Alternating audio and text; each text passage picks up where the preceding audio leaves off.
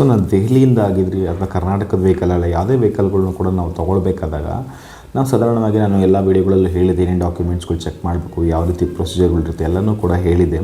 So ತುಂಬ ಜನ ನನಗೆ ಆ ವೆಹಿಕಲ್ ಬೇಕಿತ್ತು, ಎಷ್ಟಾಗುತ್ತೆ, ಈ ವೆಹಿಕಲ್ ಎಷ್ಟಾಗುತ್ತೆ, ನೀವು ಇವಾಗ ಮೊನ್ನೆ ಮಾಡಿದ್ದು ಎಷ್ಟು ಕೊಟ್ರಿ, ಅಷ್ಟು ಕೊಟ್ರಿ. ನಾನು ಆಲ್ರೆಡಿ ಎಷ್ಟೋ ವಿಡಿಯೋದಲ್ಲಿ ಇದಕ್ಕಿಂತ ಮುಂಚೆನೂ ಹೇಳಿದ್ದೀನಿ. ಪ್ರೈಸ್ ಅನ್ನೋದು depends on condition, availability. So ನಾನೇ ಕ್ರಿಸ್ಟಾ ವೆಹಿಕಲ್ 12 ಲಕ್ಷಕ್ಕೆ 20ನೇ ಮಾಡಲ್ ಕೂಡ ತಂದಿದ್ದೀನಿ. ಅದೇ 18ನೇ ಮಾಡಲ್ಗೆ 12.5 ಲಕ್ಷ ಕೊಟ್ಟು ತಂದಿದ್ದೀನಿ, 13 ಕೊಟ್ಟು ತಂದಿದ್ದೀನಿ. It's different.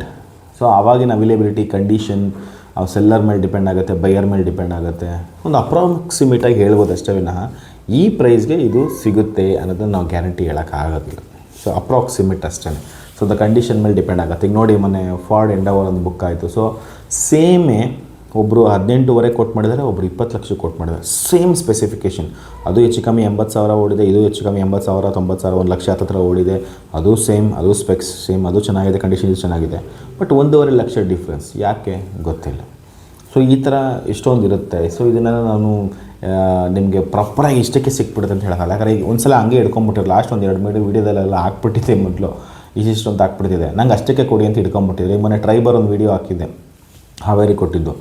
ಆ ಗಾಡಿ 3 ಲಕ್ಷಕ್ಕೆ ಸಿಕ್ತು ಅಂತೇಳಿ ಎಲ್ಲ ಗಾಡಿಗಳು 3 ಲಕ್ಷಕ್ಕೆ ಸಿಗುತ್ತಾ ಗೊತ್ತಿಲ್ಲ. ಈಗ ಅದೇ ಗಾಡಿ 3-3 ಲಕ್ಷ ಓಡ್ತಾ ಇದೆ ಇವಾಗಲ್ಲಿ. ಅಲ್ಲೇ ದೆಹಲಿನಲ್ಲೇ 3-3 ಸೇಮ್ ಸ್ಪೆಸಿಫಿಕೇಷನ್. ಸೊ ಹಂಗಾಗಿ ಅಷ್ಟಕ್ಕೆ ಸಿಕ್ತು. ಅದಕ್ಕೆ ಅವತ್ತಿನ ಅದೇ ಲಾಸ್ಟ್ ಅನ್ಸುತ್ತೆ ನನ್ನ ವೀಡಿಯೋದಲ್ಲಿ. ನಾನು ದೊಡ್ಡ ಪ್ರೈಸ್ ಹೇಳೋಕ್ಕೆ ಹೋಗಿಲ್ಲ. ಯಾಕಂದ್ರೆ ತುಂಬ ಜನ ಅಷ್ಟಕ್ಕೆ ಕೊಡಿಸಿ ಅವ್ರಿಗೆ ಮಾತ್ರ ಅಷ್ಟೇ ಕೊಡಿಸಿ, ನನಗೂ ಅಷ್ಟಕ್ಕೆ ಕೊಡಿಸಿ, ನಾನು ಬೇಕಾದ್ರೆ ವೆಯ್ಟ್ ಮಾಡ್ತೀನಿ ಅಂತಾರೆ.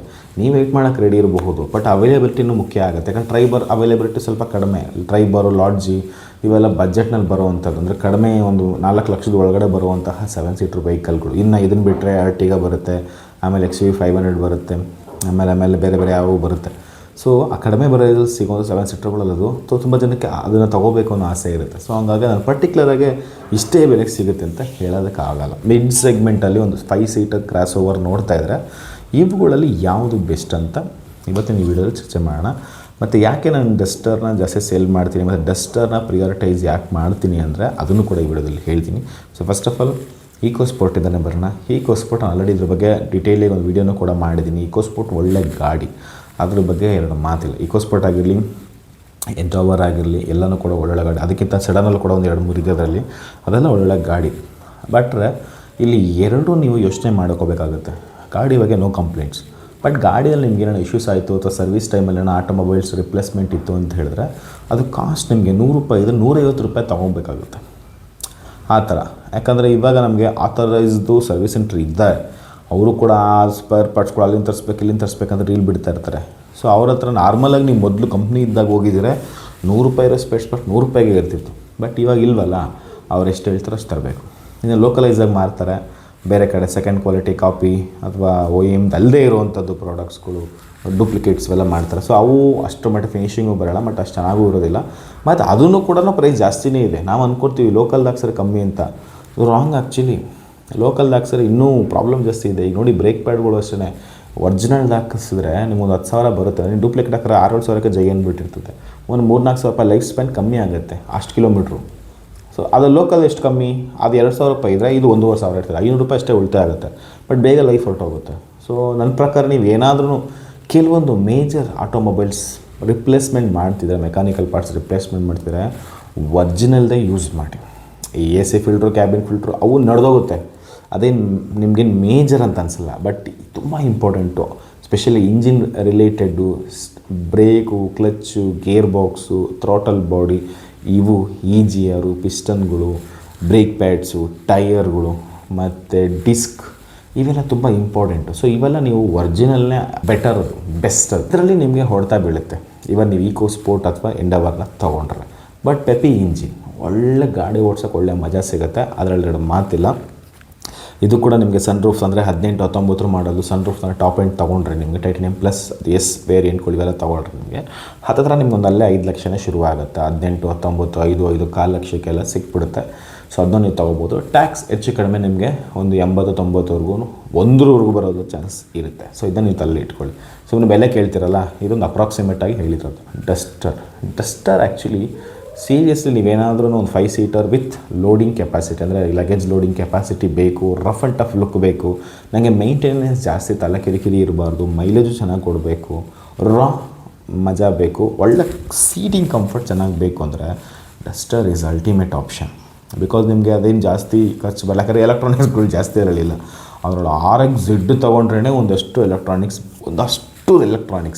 ಅದು ನಿಮಗೆ ಈಕೋಸ್ಪೋರ್ಟ್ ಅಥವಾ ಬ್ರಿಜಾ ಗಾಡಿಗಳು ಕಂಪೇರ್ ಮಾಡಿದ್ರೆ ಅದೇನೂ ಅಲ್ಲ. ಇದರಲ್ಲಿರೋ ಟಾಪ್ ಎಂಡು, ಅದರಲ್ಲಿರೋ ಲೋಯರ್ ಎಂಡ್ ಅಂತ ಅರ್ಥ. ಹಂಗೆ ಅಂದ್ಕೊಳ್ಳಿ ನೀವು, ಆ ಥರ ಇರುತ್ತೆ. ಸೊ ನೀವು ಇದರಲ್ಲಿ RX-ಅಲ್ಲೂ RX-S, RX-C, RX-ನಲ್ಲೇ ಅಡ್ವೆಂಚರ್ ಎಡಿಷನ್ ಬರುತ್ತೆ, ಅದರಲ್ಲೂ 85, 110 PS ಈ ಥರ ಎಷ್ಟೊಂದು ಕ್ಯಾಟಗರೀಸ್ ಬರುತ್ತೆ. ಸೊ ಇದರಲ್ಲಿ ನಿಮಗೆಲ್ಲ ಸಿಮಿಲರ್ ಇರುತ್ತೆ. ಸ್ವಲ್ಪ ಕಾಸ್ಮೆಟಿಕ್ ಚೇಂಜಸ್ಗಳು ಮತ್ತು ಇಂಜಿನಲ್ಲಿ 85 ಮತ್ತು 110 ಇಂಚಸ್ ಮಾತ್ರ ಚೇಂಜಸ್ ಇರುತ್ತೆ ಅಷ್ಟೇ. ಸೊ ಇದು ಕೂಡ ನಿಮಗೆ one of the best option. ಇದು ನಿಮಗೆ 2.5 ಲಕ್ಷನೂ ಕೂಡ ಶುರುವಾಗುತ್ತೆ ಫೇಸ್ ಲಿಫ್ಟ್ ಎಡಿಷನ್ನು. 2.5, 3.5, 4, 4.5, 5.5 ಇದೆ ಟಾಪ್ ಎಂಡ್. ಬರ್ತಾ ಅಂದರೆ ಲಾಸ್ಟ್ ಥರ್ಡ್ ಫೇಸ್ ಲಿಫ್ಟ್ ಬಂತಲ್ವ, ಅದೆಲ್ಲ 5 ಲಕ್ಷದ ಮೇಲೆ ಅಲ್ಲೇ ಸಿಗುತ್ತೆ. ಸೊ ಹಂಗಾಗಿ ಇದರಲ್ಲಿ ನೀವು ಫಸ್ಟ್ ಫೇಸ್ ಲಿಫ್ಟ್ ಅಂದರೆ 2016 ಆ್ಯಂಡ್ ಎಬೋವ್ ತೊಗೊಂಡ್ರೆ ಸಾಕಾಗುತ್ತೆ. ಅದು ನಿಮಗೆ 3.5, 4.5 ಡಿಪೆಂಡ್ಸ್ ಆನ್ ಮಾಡಲ್, ವೇರಿಯಂಟ್ ಇದ್ರ ಮೇಲೆ ಸಿಗುತ್ತೆ. ನಿಮಗೆ ಇದು ತೊಗೋಬೋದು. ಇದಕ್ಕೆ ನಿಮಗೆ ಟ್ಯಾಕ್ಸು ಹೆಚ್ಚು ಕಮ್ಮಿ 60,000-70,000 ಬರುತ್ತೆ. ಮಿಡ್ ವೇರಿಯಂಟ್ ಆದರೆ. ಲೋ ವೇರಿಯಂಟ್ ಆದರೆ ನಿಮ್ಗೊಂದು 50,000-55,000 ಬರ್ಬೋದು. ಹೈಯರ್ ಎಂಡ್ ಆದರೆ ಹೆಚ್ಚು ಕಮ್ಮಿ 80,000-90,000 ಟ್ಯಾಕ್ಸ್ ಬರಬಹುದು ಅಂತ ಯಾಕೆ ಹೇಳ್ತಿದ್ರೆ, it's depends on year, variant ಮತ್ತು ಟ್ಯಾಕ್ಸೇಷನ್ ಮೇಲೆ ಡಿಪೆಂಡ್ ಆಗುತ್ತೆ. ನಾನು ಅದು ಎಕ್ಸಾಕ್ಟಾಗಿ ಹೇಳೋಕ್ಕಾಗಲ್ಲ. ನೆಕ್ಸಾನ್ ಆಲ್ರೆಡಿ ಇತ್ತೀಚೆಗೆ ಸ್ವಲ್ಪ ಬುಕ್ಕಿಂಗ್ ಅದ್ರದ್ದು ಜಾಸ್ತಿ ಆಗಿದೆ. ಈಗ ನೆನ್ನೆ ಒಂದು ಬುಕ್ಕಿಂಗ್ ಆಯಿತು, ಮೊನ್ನೆನೂ ಒಂದು ಆಟೋಮೆಟಿಕ್ ಬುಕ್ಕಿಂಗ್ ಆಯಿತು, ನೆನ್ನೆ ಒಂದು ಮ್ಯಾನ್ಯಲ್ ಬುಕ್ಕಿಂಗ್ ಆಯಿತು. ಬ್ಯಾಕ್ ಟು ಬ್ಯಾಕ್ ಬುಕ್ಕಿಂಗ್ ಇದೆ ನೆಕ್ಸಾನ್. ಸೊ ನೆಕ್ಸಾನಲ್ಲಿ ಪ್ಲಸ್ ಏನು ಅಂತ ಹೇಳಿದ್ರೆ ಬಿಲ್ಡ್ ಕ್ವಾಲಿಟಿ. ನಮ್ಗೆ ಏನು ರಿಕ್ವೈರ್ಮೆಂಟ್ ಇದೆಯೋ ಅಷ್ಟನ್ನು ಗಾಡಿಯಲ್ಲಿ ನೀಟಾಗಿ ಕೊಟ್ಟಿದ್ದಾರೆ. ಸೊ ಅದನ್ನ ತೊಗೋಬಹುದು, ಅದರಲ್ಲಿ ಏನು ಎರಡು ಮಾತಿಲ್ಲ. ಅದರಲ್ಲಿ ಪೆಟ್ರೋಲ್ ತೊಗೊಂಡ್ರೂ ಚೆನ್ನಾಗಿದೆ, ಡೀಸೆಲ್ ತೊಗೊಂಡ್ರೂ ಚೆನ್ನಾಗಿದೆ. ಡೀಸೆಲಲ್ಲಿ ಸ್ವಲ್ಪ ನಾಯ್ಸ್ ಇದೆ, ಬಟ್ ಆಟೋಮೆಟಿಕ್ ತೊಗೊಳ್ಬೇಕಾದ್ರೆ ಹುಷಾರಾಗಿ ತೊಗೊಳ್ಳಿ. ಬಿಕಾಸ್ ಆಟೋಮೆಟಿಕಲ್ಲಿ ನಿಮಗೆ ಆ ಲ್ಯಾಗಿ ಇದೆ, ಬಿಕಾಸ್ ಅದು AMT. ಆ ಲ್ಯಾಗಿನೆಸ್ ಇದೆ, ಬಟ್ ತುಂಬ ಇಲ್ಲ, ಬಟ್ ಇದೆ, ಲ್ಯಾಗಿ ಇದೆ. ಕಂಪೇರ್ ಟು ಬ್ರಿಜಾ ಕಂಪೇರ್ ಮಾಡಿದ್ರೆ ಸಿಮಿಲರ್ ಇದೆ. ಹೊಸಬ್ರಿಗೆ ಗಾಡಿ ಓಡಿಸೋದಕ್ಕೆ ಚೆನ್ನಾಗಿರುತ್ತೆ ಇದು ಖಂಡಿತ. ಬಟ್ ನೀವು ಮ್ಯಾನ್ಯಲ್ ಅಥವಾ CVT ಎಲ್ಲ ಓಡಿಸಿ ಬಂದಿರೋರಿಗೆ ನಿಜವಾಗ್ಲೂ ಇದು ನಿಮಗೆ ತಿಕ್ಲಿಡ್ದೋಗುತ್ತೆ ಆ ಥರ ಇದು. ಈವನ್ ಬ್ರಿಜಾನೂ ಸೇಮ್, ಬ್ರಿಜಾ ಬಂದಾಗೂ ಹೇಳ್ತೀನಿ. ಇದರಲ್ಲಿ ಪ್ಲಸ್ ಏನು ಅಂತ ಹೇಳಿದ್ರೆ ನಿಮಗೆ ಮಾಡ್ರನ್ನಾಗೂ ಇರುತ್ತೆ. ಸ್ಪೆಷಲಿ ಫೇಸ್ ಲಿಫ್ಟ್ ಎಡಿಷನ್ 2019-20 ಈ ಟೈಮಲ್ಲಿ ಬಂದಿದ್ದ ಎಡಿಷನಲ್ಲಿ ಸ್ವಲ್ಪ ಚೆನ್ನಾಗಿದೆ. ಅದು ಇನ್ನೊಂದು ರೌಂಡ್ ಬರುತ್ತಲ್ವ, ಅದಲ್ಲ. ಅಂದರೆ ಫಸ್ಟ್ ಬಂತಲ್ವ 16-17, ಅದಲ್ಲ 19 ಆ್ಯಂಡ್ ಎಬೋವ್.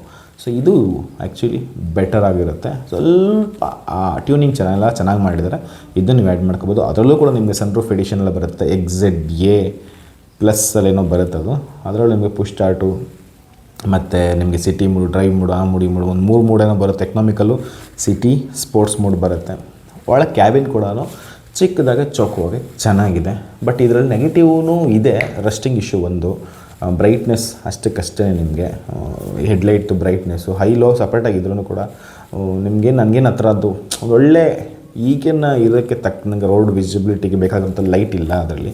ಆ್ಯಂಡ್ ನಾಯ್ಸ್ ಜಾಸ್ತಿ ಇದೆ. ಇಂಜಿನ್ ನಾಯ್ಸು ಸ್ವಲ್ಪ ಟಾಟಾ ಅಂದಮೇಲೆ ಇದ್ದೇ ಇರುತ್ತೆ, ಟಾಟಾ ಮಹೇಂದ್ರ ಸ್ವಲ್ಪ ಇರುತ್ತೆ. ಬಟ್ ಮಹೇಂದ್ರ ಐಸೋಲೇಷನ್ ಚೆನ್ನಾಗಿದೆ. ಬಟ್ ನೆಕ್ಸಾನ್ ಡೀಸೆಲಲ್ಲಿ ಸೌಂಡ್ ಇದೆ. ಬಟ್ ಪೆಟ್ರೋಲ್ ಚೆನ್ನಾಗಿದೆ. ಪೆಟ್ರೋಲ್ ನಿಮಗೆ ನಾಯ್ಸ್ ಇಲ್ಲ, ಏನಿಲ್ಲ ಇದೆ. ಬಟ್ ನಿಮಗೊಂದು ಡೀಸೆಲ್ನಲ್ಲಿ ನಿಮ್ಗೆ ಆಟೋಮೆಟಿಕಲ್ಲೇ ನಿಮಗೊಂದು ಅರೌಂಡ್ ಒಂದು 20ವರೆಗೂ ಕೊಡುತ್ತೆ ಮೈಲೇಜು, ಲೈಟ್ ಫುಟ್ ಮೈಂಟೈನ್ ಮಾಡಿದ್ರೆ. ಸೊ ಇದು ಆ್ಯಕ್ಚುಲಿ ಪ್ಲಸ್ ಪಾಯಿಂಟ್ ಇದು. ನೀವು ಅದೇ 120+ ಓಡಿಸ್ತೀನಿ ಅಂದರೆ ಒಂದು 18-19ವರೆಗೂ ನೀವು ಎಕ್ಸ್ಪೆಕ್ಟ್ ಮಾಡ್ಬೋದು ಡೀಸೆಲಲ್ಲಿ. ಪೆಟ್ರೋಲಲ್ಲಿ ನೀವು ಅಷ್ಟೊಂದು ಎಕ್ಸ್ಪೆಕ್ಟ್ ಮಾಡೋಕ್ಕಾಗಲ್ಲ. ಒಂದು 13-14 ಕೊಟ್ಟರೆ ಹೈವೇನಲ್ಲಿ ಹೆಚ್ಚು ಅಷ್ಟೇ. ಸಿಟಿಲೆಲ್ಲ ಆಟೋಮೆಟಿಕ್ಕು ನಿಮಗೊಂದು 12 ಕೊಡ್ಬೋದು, 12-13 ಕೊಡು. ಮ್ಯಾನ್ಯಲ್ ಆದರೆ ಇನ್ನೊಂದು ಕಿಲೋಮೀಟ್ರ್ ಎಕ್ಸ್ಟ್ರಾ ಹಾಕ್ಕೊಳ್ಳಿ ಅಷ್ಟೇ. ಮೈಂಟೆನೆನ್ಸು ಗುಡ್, ಏನು ಆ ಥರ ಓವರಾಗೇನಿಲ್ಲ. ಎಲ್ಲ ಸ್ಪೇರ್ ಪಾರ್ಟ್ಸು, ಮೋಲ್ಡ್ ಎಲ್ಲನೂ ಕೂಡ ಅವೈಲೇಬಿಲಿಟಿ ಇದೆ. ಆರಾಮಾಗಿ ತಗೊಂಡು ಚಿಕ್ಕ ಸಂಸಾರಕ್ಕೆ Nexon is the best option. ಇನ್ನು ಇದ್ರದ್ದೇ ಒಂಚೂರು ಸಿಮಿಲರಾಗಿ ಬರುವಂಥದ್ದು ಬ್ರಿಜಾ ಪ್ಲಸ್ ಏನಂತ ಹೇಳಿದ್ರೆ ಲೋ ಮೈಂಟೆನೆನ್ಸ್. ಇದರಲ್ಲಿ ಅಷ್ಟು ಜಾಸ್ತಿ ಏನು ಇದರಲ್ಲಿ ನೆಕ್ಸಾನಲ್ಲಿ ಏನು ಬಗ್ಗೆ ಹೇಳಿದ್ನೋ ಅದರಲ್ಲಿರೋಷ್ಟು ಇಲ್ಲ, ಡಸ್ಟರಲ್ಲಿರೋಷ್ಟು ಇಲ್ಲ, ಏನೂ ಇಲ್ಲ ಅನ್ಬೋದು ಸಿಂಪಲ್ಲಾಗಿ ಅದರಲ್ಲಿ ಹೇಳ್ಬೇಕಾದ್ರೆ. ಏನೈತೆ ಅಯ್ಯೋ ಏನೂ ಇಲ್ಲ ಅದರಲ್ಲಿ. ಆದರೆ ಸಿಂಪಲ್ ಇಂಜಿನ್ ಇದೆ, ಅದರಲ್ಲಿ ಎರಡು ಮಾತಿಲ್ಲ. ಇಂಜಿನ್ಗೆ ನೀವೇನಾದರೂ ಮಾರ್ಕ್ಸ್ ಕೊಡ್ತೀನಿ ಬ್ರಿಜಾದಲ್ಲಿ ಅಂದರೆ ಇಂಜಿನ್ನು ಕೊಡ್ಬೋದು. ಸಿಂಪಲ್, ಕೂಲ್ ಮತ್ತು ಈಸಿ ಟು ಮೇಂಟೆನೆನ್ಸ್, ಅಂದರೆ ಲೋ ಮೇಂಟೆನೆನ್ಸ್ ಅಂತ ಹೇಳ್ತೀವಲ್ಲ ಆ ಥರ ಒಂದು ಗಾಡಿ. ನೆಗೆಟಿವ್ ಇಷ್ಟುದ್ದ ಇದೆ, ಆಲ್ರೆಡಿ ಬೇಜಾನ್ ಹೇಳಿ ಹಿಂಗೆ ಸಾಕಾಗ್ಬಿಟ್ಟೈತೆ. ಬಟ್ ಏನು ಮಾಡೋಕ್ಕಲ್ಲ, ಒಂದು 5 ಸೀಟ್ರಿಗೆ ಸಿಟಿಗೆ ಒಂದು ಒಳ್ಳೆ ಗಾಡಿ. ಅಫ್ಕೋರ್ಸ್ ಮೈಲೇಜ್ ಕೂಡ ಬರುತ್ತೆ, ನಿಮ್ಗೆ ಮೋರ್ ದೆನ್ 20 ಬರುತ್ತೆ ಡೀಸೆಲಲ್ಲಿ. ಪೆಟ್ರೋಲ್ ನಿಮಗೊಂದು ಅರೌಂಡ್ ಒಂದು 16, 17, 18ವರೆಗೂ ಕೊಡೋ ಚಾನ್ಸಸ್ ಜಾಸ್ತಿ ಇದೆ. ಇದು ಬಾಡಿ ವೆಯ್ಟ್ ತುಂಬ ಕಡಿಮೆ ಇರೋದ್ರಿಂದ ನಿಮಗಿದು ಸಿಟಿಯಲ್ಲಿ ಓಡಿಸೋದಕ್ಕಾಗಿರಲಿ ಅಥವಾ ರಿವರ್ಸ್ ತೆಗಿಯೋದಕ್ಕಾಗಿರಲಿ ಅಥವಾ ಅದೇ ನೀವು ಕೈ ಹಿಡ್ದೇನು ತಳ್ಳಲ್ಲ, ಬಟ್ ಎನಿವೆ ನಿಮ್ಗೆ ಅದು ಗೊತ್ತಾಗುತ್ತೆ, ಫೀಲ್ ಗೊತ್ತಾಗುತ್ತೆ. ನೀವು ನೆಕ್ಸಾನ್ ಓಡಿಸ್ಬೇಕಾದ್ರೂ ಬ್ರಿಜಾ ಓಡಿಸ್ಬೇಕಾಗಿರೋ ಫೀಲು ತುಂಬ ಡಿಫ್ರೆನ್ಸ್ ಇರುತ್ತೆ. ಸೇಮ್ ಆದ್ರೂ ಕೂಡ ಡಿಫ್ರೆಂಟ್ ಇರುತ್ತೆ. ಸೊ ಹಂಗಾಗಿ ತೊಗೋಬೋದು. ಇದು ಒಂದು ಒಳ್ಳೆ ಆಪ್ಷನ್. ಇದರಲ್ಲಿ ನೀವು ಪೆಟ್ರೋಲ್ ಡೀಸೆಲ್ ಯಾವ್ದು ಬೇಕಾದ್ರೂ ಚೂಸ್ ಮಾಡಿ, ಇಟ್ಸ್ ಯುವರ್ ಕನ್ವೀನಿಯೆಂಟ್. ನೀವು ಚೆನ್ನಾಗಿ ಜಾಸ್ತಿ ಓಡಿಸ್ತೀರ ಅಂದರೆ ಡೀಸೆಲ್ ತೊಗೊಳ್ಳಿ, ಇಲ್ಲಾಂದರೆ ವಾರಕ್ಕೆ ಒಂದು ಸಲ 2 ಸಲ ತೆಗಿಯೋಕ್ಕೆ petrol is the best option. ಯಾವುದು ಕೈಗಾರ್ ಬರುತ್ತೆ, ಮ್ಯಾಗ್ನೆಟ್ ಬರುತ್ತೆ, ಅದರಲ್ಲಿ ಇದಕ್ಕಿಂತ ಸ್ವಲ್ಪ ಚಿಕ್ಕ ಇಂಜಿನ್ಗಳು ಇಲ್ಲ 1 ಲೀಟ್ರ್ ಪೆಟ್ರೋಲ್ ಇಂಜಿನ್ಗಳು ಬರೋದು, ಅದರಲ್ಲೂ 1.2 ಏನೋ ಬರುತ್ತೆ ಅಷ್ಟೇ. 1.4 ಬರುತ್ತೆ, 1.6 ಬರುತ್ತೆ. ಕ್ರೇಟಾ ಸೂಪರ್ ಗಾಡಿ. ನೀವೇನೋ ಚೂರು ಬಜೆಟ್ ಎಕ್ಸ್ಟೆಂಡ್ ಮಾಡ್ತೀನಿ ಅಂದರೆ, ಬಟ್ ಇದು ಸ್ವಲ್ಪ ಬಜೆಟ್ ಜಾಸ್ತಿ ಆಗುತ್ತೆ. ಇದು ಆಲ್ಮೋಸ್ಟ್ ನಿಮ್ಗೊಂದು ಇದು ಸ್ಟಾರ್ಟ್ ಆಗುತ್ತೆ 6ಇಂದ ಶುರು ಆಗುತ್ತೆ. ನೀವು ಕ್ರೇಟಾ ನನ್ನ ಫೇವ್ರೇಟ್. ನಾನು ಹೊಂಡಾ ಇಂಜಿನ್ಗಳಿಗೆ ಪರ್ಫಾರ್ಮೆನ್ಸ್ಗಳಿಗೆ ವರ್ನ ಬಿಟ್ಟರೆ ಕ್ರೇಟಾ. ಬಟ್ ವೆನ್ಯೂ ತೊಗೊಳಕ್ಕೆ ಹೋಗ್ಬೇಡಿ. ವೆನ್ಯೂ ಇದೆ ಈ ಕ್ಯಾಟಗರಿ, ನಾನು ಎಷ್ಟೊತ್ತು ಹೇಳ್ದಲ್ಲ ಈ ಕ್ಯಾಟಗರಿಗೆ ಬರೋವಂಥದ್ದು. ಬಟ್ ಅದೇನು ಅಷ್ಟೊಂದೇನು ನಿಮಗೇನು ಬೆನಿಫಿಟ್ ಅಂತ ಅನಿಸಲ್ಲ. ಸ್ವಲ್ಪ ಮೈಲೇಜ್ ಜಾಸ್ತಿ ಕೊಡ್ಬೋದು ಅಷ್ಟೇ. ಕ್ರೇಟಾದಲ್ಲಿ ಏನು ಅಂತ ಹೇಳಿದ್ರೆ ಬಿಗ್ಗೆಸ್ಟ್ ಮೈನಸ್ ಏನಂತ ಹೇಳಿದ್ರೆ, ನಿಮಗೆ ಸ್ವಲ್ಪ ಮೈಂಟೈನಿಂಗಲ್ಲಿ ನೀವು ಗಾಡಿ ಚೆನ್ನಾಗಿ ಇಟ್ಕೊಂಡಿಲ್ಲ ಅಂದರೆ ಸರಿ ಟ್ಯಾಕ್ಸ್ ಬೀಳುತ್ತೆ. ಅದರಲ್ಲಿ ಸ್ಪೆಷಲಿ ಸಸ್ಪೆನ್ಷನ್, ಸ್ವಲ್ಪ ಆಟೋಮೊಬೈಲ್ಸ್ ಸ್ಪೇರ್ ಪಾರ್ಟ್ಸ್ಗಳು ಕಂಪೇರ್ ಮಾಡಿದ್ರೆ ಸ್ವಲ್ಪ ಜಾಸ್ತಿ ಇರುತ್ತೆ ಪ್ರೈಸ್ ಅಷ್ಟೇ. ಅದು ಬಿಟ್ಟರೆ ಗಾಡಿ ಕಂಫರ್ಟ್ ಆಗಿರಲಿ, ಹೈವೇ ಸ್ಟೆಬಿಲಿಟಿ ಆಗಿರಲಿ, ಸಿಟಿ ರೈಡಿಂಗ್ ಆಗಿರಲಿ, ಎಲ್ಲದಕ್ಕೂ ಒಂಥರ ಮಜಬೂತಾಗಿರೋವಂಥ ಗಾಡಿ ಕ್ರೇಟಾ ಗಾಡಿ. ಅದರಲ್ಲಿ 1.4 ಅಲ್ಲಿ EX ಅಂತ ವೇರಿಯಂಟ್ ಬರುತ್ತೆ. ಅದರಲ್ಲಿ 1.4, 1.6 SX ಆಪ್ಷನಲ್, ಅದರಲ್ಲೂ ಕೂಡ ಸನ್ರೂಫ್ ಎಲ್ಲ ಬರುತ್ತೆ ಫೇಸ್ ಲಿಫ್ಟಲ್ಲಿ. ನೀವು ಯಾವುದನ್ನು ಬೇಕಾದ್ರೂ ತೊಗೋಬೋದು. ಅದರಲ್ಲೂ ಆಟೋಮೆಟಿಕ್ ಯಾವ ಲ್ಯಾಗಿಗೂ ಎಂಥದ್ದು ಇಲ್ಲ. ಅದರಲ್ಲಿ ನೀಟಾಗಿದೆ, ಅಚ್ಚುಕಟ್ಟಾಗಿರೋ ಆಟೋಮೆಟಿಕ್. ನಿಮ್ಗೆ ಏನಾದರೂ ಇಷ್ಟು ಕ್ಯಾಟಗರಿಯಲ್ಲಿ ಒಂದೊಳ್ಳೆ ಅಚ್ಚುಕಟ್ಟು ಬೇಕು ನಿಮಗೆ ಆಟೋಮೆಟಿಕ್ ನೋಡ್ತಾ ಇದ್ದರೆ, ನೀವು ಕ್ರೇಟಾ ಅಥವಾ ವೆನ್ಯೂಗೆ ಹೋಗ್ಬೋದು. ಸ್ಪೆಷಲಿ ಕ್ರೇಟಾಗೆ ನೀವು ಹೋಗ್ಬೋದು. ಬಿಕಾಸ್ ಕ್ರೇಟಾ ನಿಮಗೆ ಪರ್ಫಾರ್ಮೆನ್ಸ್ ಓರಿಯೆಂಟೆಡ್ ವೆಹಿಕಲ್. ಅದು ಮಿಡ್ಡಲ್ಲೇ ನಾನು ಎಷ್ಟು ಹೇಳಿರೋ ಗಾಡಿಗಳಲ್ಲಿ ಈಕೋ ಸ್ಪೋರ್ಟ್ಗಿಂತನೂ ಪರ್ಫಾರ್ಮೆನ್ಸ್ ನಿಮ್ಗೆ ಚೆನ್ನಾಗಿರೋದು ಬೇಕು ಅಂದರೆ, ಒಳ್ಳೆ ಪೆಪಿ ಇಂಜಿನ್ ಬೇಕು ಅಂದರೆ ಕ್ರೇಟಾ ಬೆಸ್ಟ್ ಆಪ್ಷನ್. ಸೊ ಕ್ರೇಟಾಗೆ ಹೋಗ್ಬೋದು. ಸ್ಪೆಷಲಿ ಡೀಸೆಲ್ಗೆ ಸುಪೀರಿಯರ್ ಆಗಿರುತ್ತೆ. ಪರ್ಫಾರ್ಮೆನ್ಸ್ ಮಾತ್ರ ಹಂಗೆ ರಾಕೆಟ್ ಹೋದಂಗೆ ಹೋಗುತ್ತೆ. ಹೋಂಡಾಯಲ್ಲಿ ಎಲ್ಲ ಗಾಡಿಗಳು ಹಾಗೆ ಡಿಸೈನ್ ಆಗಿರೋದು. Light, mild, cool, relax, comfort, performance ಇಷ್ಟನ್ನು ಆ್ಯಡ್ ಮಾಡ್ಕೊಂಬಿಟ್ರೆ ಅದೇ ಹೋಂಡಾ ಇಂಜಿನ್. ಆ್ಯಂಡ್ ಸ್ಪೆಷಲಿ ವರ್ನ ಈ 2 ಬಿಟ್ಟರೆ ಅಲ್ಕಾಜರ್ ಕೂಡ ಇದೆ. ಬಟ್ ಅಲ್ಕಾಜರ್ ಸ್ವಲ್ಪ ದೊಡ್ಡ ಗಾಡಿ. ಅದು ಸ್ವಲ್ಪ ನಿಮಗೆ ಪ್ರಾಪರ್ ಕ್ರಾಸ್ ಓವರ್ ಕ್ಯಾಟಗರಿಗೆ ಬಂದುಬಿಡುತ್ತೆ. ಬಟ್ ಮಿಡ್ಡಲ್ಲಿ ನಿಮಗೆ ಕ್ರೇಟಾಗಿಂತ ಒಂಚೂರು ಹಿಂದೆ ಇದ್ರದ್ದು ಅಣ್ಣ ತಮ್ಮದಿರ ಕಂಪ್ನಿಗಳು ನಮ್ಗೆ ಗೊತ್ತಿರೋಂಗೆ ಸೆಲ್ಟಾಸು, ಸೊನೆಟ್ ಇದೆ. ಅದು ಸೇಮ್ ಇವಾಗ ಏನು ಹೋಂಡಾ ಈ ವೆನ್ಯೂ ಹೇಳಿದೆ, ವೆನ್ಯೂನ ಸೊನೆಟ್ಗೆ ಹಾಕ್ಕೊಳ್ಳಿ, ಕ್ರೇಟಾನ ಸೆಲ್ಟಾಸ್ಗೆ ಹಾಕ್ಕೊಳ್ಳಿ ಅಷ್ಟೇ. ಎರಡೂ ಒಂದೇ. ಆ ಮೂಲ ಹುಡುಕ್ತಾ ಹೋದರೆ ಅವೆರಡು ಅವರಿಬ್ಬರು ಪಾರ್ಟ್ನರ್ಶಿಪ್ ಇದೆ. ಈಗ ನಮ್ದಂಗೆ ಗ್ಲಾನ್ಸಾ ಮತ್ತು ಬಲಿನೋ ಇದೆಯಲ್ಲ ಟೊಯೋಟಾ ಸುಜುಕಿದು, ಹಾಗೆ ಅವರಿಬ್ಬರೂ ಹಾಗೇನೆ ಸೇಮ್ ಟು ಸೇಮ್. ಅದಕ್ಕೆ ಬೇಕಾದರೂ ಅದನ್ನು ತೊಗೋಬೋದು, ಇದಕ್ಕೆ ಬೇಕಾದರೆ ತೊಗೋಬೋದು. ಸಿಮಿಲರ್ ಇರುತ್ತೆ ಪರ್ಫಾರ್ಮೆನ್ಸ್, ಎಲ್ಲನೂ ಹಾಗೆ ಇರುತ್ತೆ. ಸೊ ನಿಮಗೆ ಸ್ವಲ್ಪ ಏನು ಏರಿಯಾ ನೆಟ್ವರ್ಕ್ ಚೆನ್ನಾಗಿರಬೇಕು, ಮತ್ತು ಸ್ಪೇರ್ ಪಾರ್ಟ್ಸ್ ಅವೈಲಬಿಲಿಟಿ ಚೆನ್ನಾಗಿರಬೇಕು, ಲೋಕಲ್ ಮೆಕ್ಯಾನಿಕ್ ಕೂಡ ಚೆನ್ನಾಗಿ ಮಾಡಬಹುದು ಅಂತಿದ್ದರೆ ನೀವು ಹೊಂಡಾ ವೆಹಿಕಲ್ ಕೂಡ ಚೂಸ್ ಮಾಡ್ಬೋದು. ಆ್ಯಕ್ಚುಲಿ ಚೆನ್ನಾಗಿದೆ. ರಿಸೇಲಿಂಗ್ ವೆಹಿಕಲ್ನೂ ಕೂಡ ಚೆನ್ನಾಗಿದೆ. ಇಲ್ಲಾಂದರೆ ನೀವು ಯಾವ್ದು ಚೆನ್ನಾಗಿದೆ. ಅದರಲ್ಲಿ ಫೀಚರಿಸ್ಟಿಕ್ ಜಾಸ್ತಿ ಅಂದರೆ ಸ್ವಲ್ಪ ಕಾಸ್ಮೆಟಿಕ್ಸು, ಎಲೆಕ್ಟ್ರಾನಿಕ್ಸ್ಗಳು ಸ್ವಲ್ಪ ಚೆನ್ನಾಗಿ ಮಾಡಿದ್ದಾರೆ ಅದರಲ್ಲಿ ಕಿಯಾದಲ್ಲಿ. ಅದು ಚೆನ್ನಾಗಿದೆ.